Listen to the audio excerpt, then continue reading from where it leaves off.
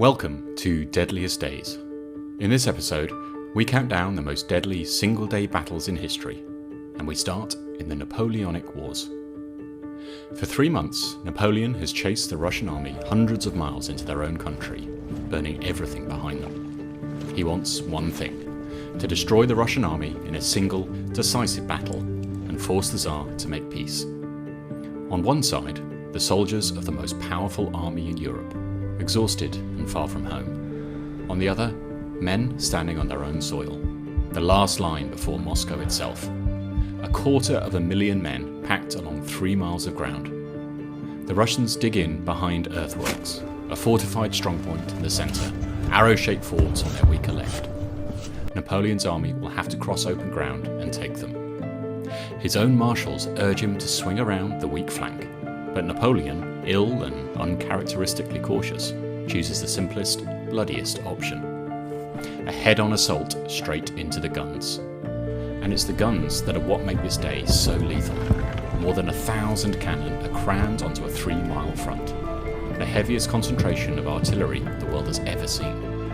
Both sides pack their men in tight, dense ranks, the only way to control them. And that turns them into targets. From 6 in the morning, the cannon fire into those packed formations at close range. There is no clever manoeuvre here. Napoleon simply hurls corps after corps at the same fortified ground. The strongpoints change hands again and again, and each time, fresh men cross back into the same wall of artillery. By nightfall, around 30,000 French and 44,000 Russians are dead and wounded. The bloodiest single day of the Napoleonic Wars. Napoleon held the field, but the Russian army slipped away, still whole. The battle he needed, the one that would destroy them and end the war, had not happened. And within months, his Grande Armée would be destroyed in the snow.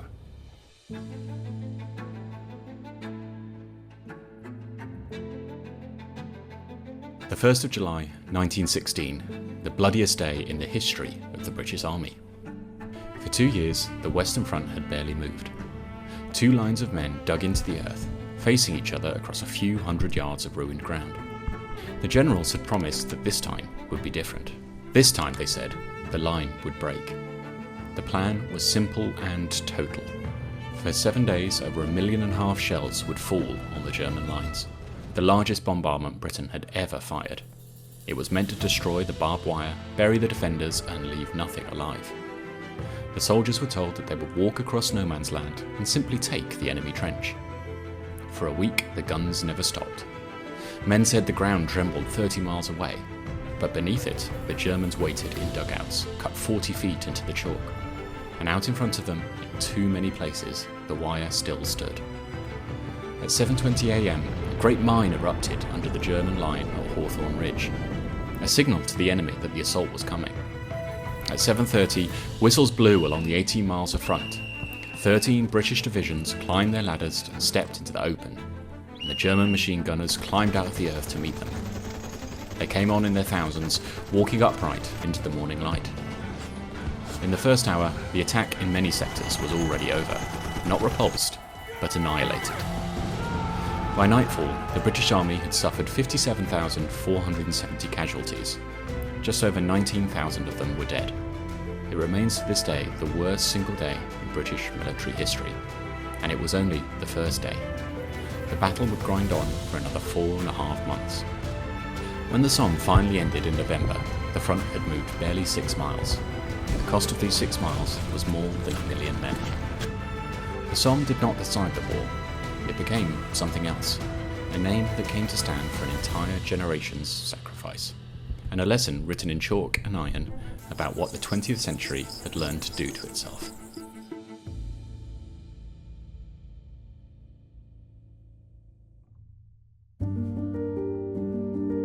Towton, Palm Sunday, a frozen plateau in Yorkshire. This is about to become the largest and the bloodiest battle ever fought on English soil.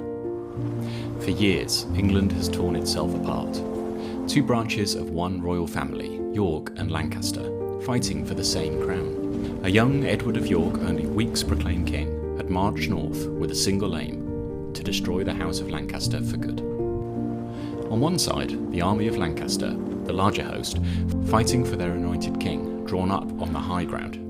On the other, the men of York, outnumbered, half frozen, but led by a king who has staked his throne and his life on this one day. Perhaps 50,000 men in all, some chroniclers claim far more, packed onto a narrow ridge between rivers. Nothing on this scale had ever been seen in England. This is a battle of the bow and the blade, and of the weather. As the armies form, a snowstorm rises, driving hard into Lancastrian forces. The Yorkist archers use the wind, firing downward. Their arrows carry into the enemy ranks, while the Lancastrian arrows, loosed into the gale, fall short in the snow. Stung by the snow and half-blinded, the Lancastrians abandon their high ground and charge. What follows is not manoeuvre, it's endurance. The two lines lock together and hack at one another for hour after hour in the blizzard, the dead piling so thick the living clamber over them to reach the fight. Fresh men feed in on both sides, but neither will break for most of the day. It hangs in the balance. Then, in the afternoon, fresh Yorkist troops arrive to the open Lancastrian flank. Slowly, the exhausted Lancastrian line begins to bend and then to give. When it breaks utterly. Men throw down their weapons and run, and are cut down as they flee across the fields and into the freezing river, until the water is said to run red and the dead bridge the stream. By nightfall, as many as 28,000 lie dead, most of them Lancastrian, the bloodiest single day in the nation's history. Edward had his crown, but the slaughter settled less than it seemed. The House of Lancaster was broken, but not destroyed. Henry and Margaret fled north into exile, and the wars they had fought would flare again and again for a generation to come.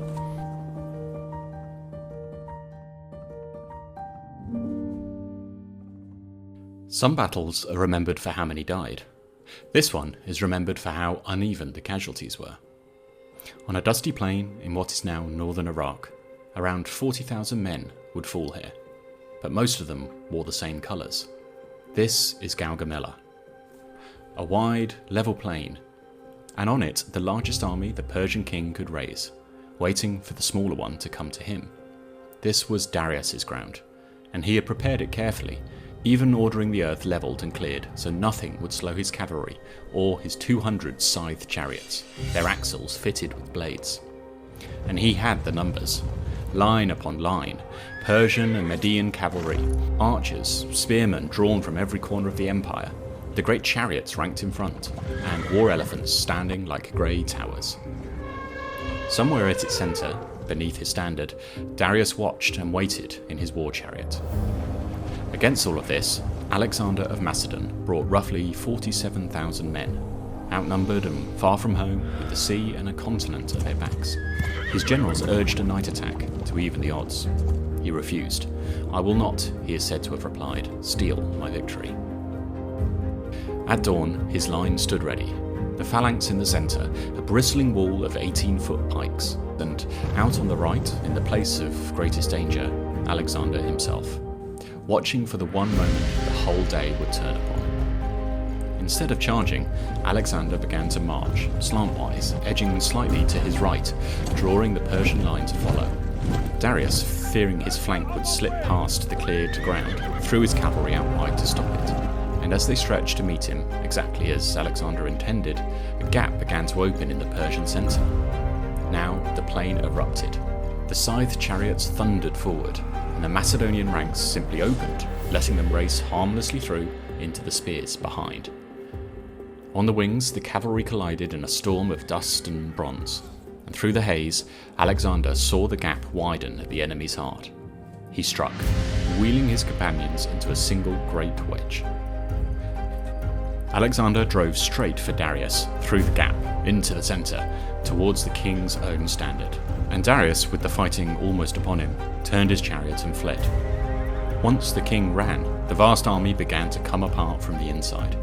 What had been the greatest army in the world dissolved into a torrent of men and horses streaming east across the plain, the dust of their flight rising until it hid the sun. The battle was decided not by slaughter, but by a single horse charge reaching for a single king. Persian dead numbered in the tens of thousands, perhaps 40,000 men. Alexander's losses were a few hundred, one for every 50 who fell on the other side. With that, the Persian Empire was broken. Darius would be dead within the year, murdered by his own. One afternoon, one plain, and the map of the ancient world redrawn forever.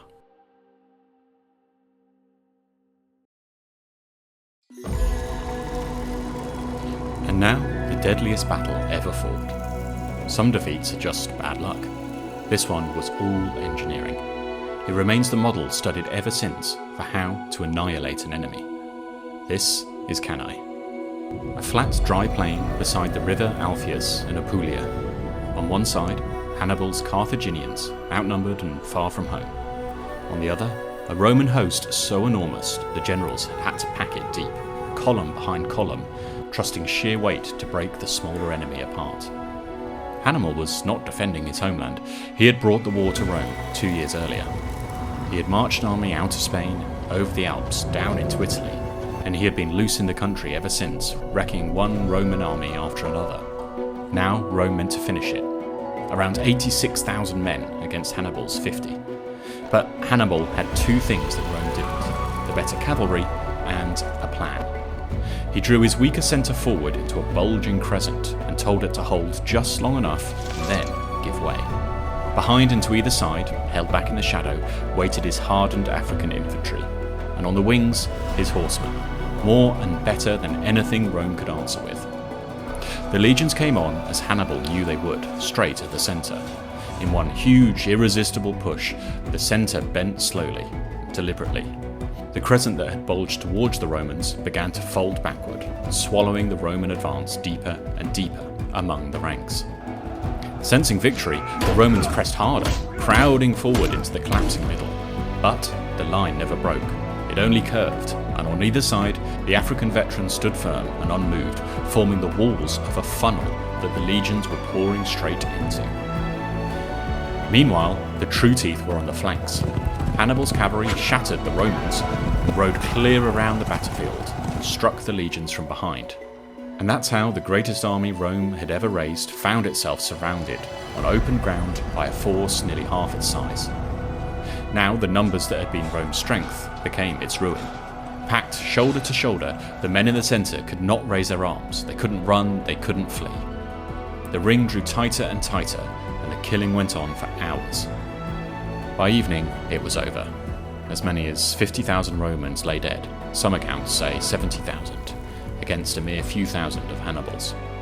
It was the worst day in Rome's history, and yet Rome refused to surrender, and in the long run, won the war. So Cannae passed into legend twice over as the most perfect battle ever fought, but also proof that even a perfect battle may not be enough.